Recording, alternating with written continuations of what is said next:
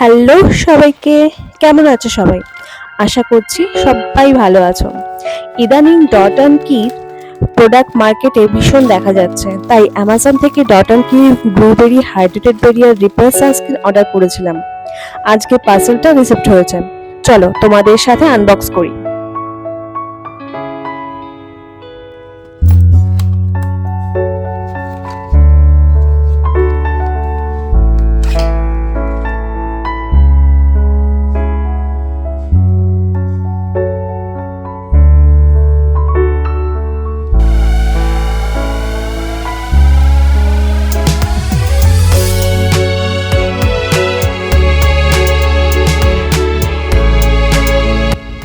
আমার স্কিনটা যেহেতু ড্রাই, তাই ব্লুবেরিটাই অর্ডার করেছিলাম।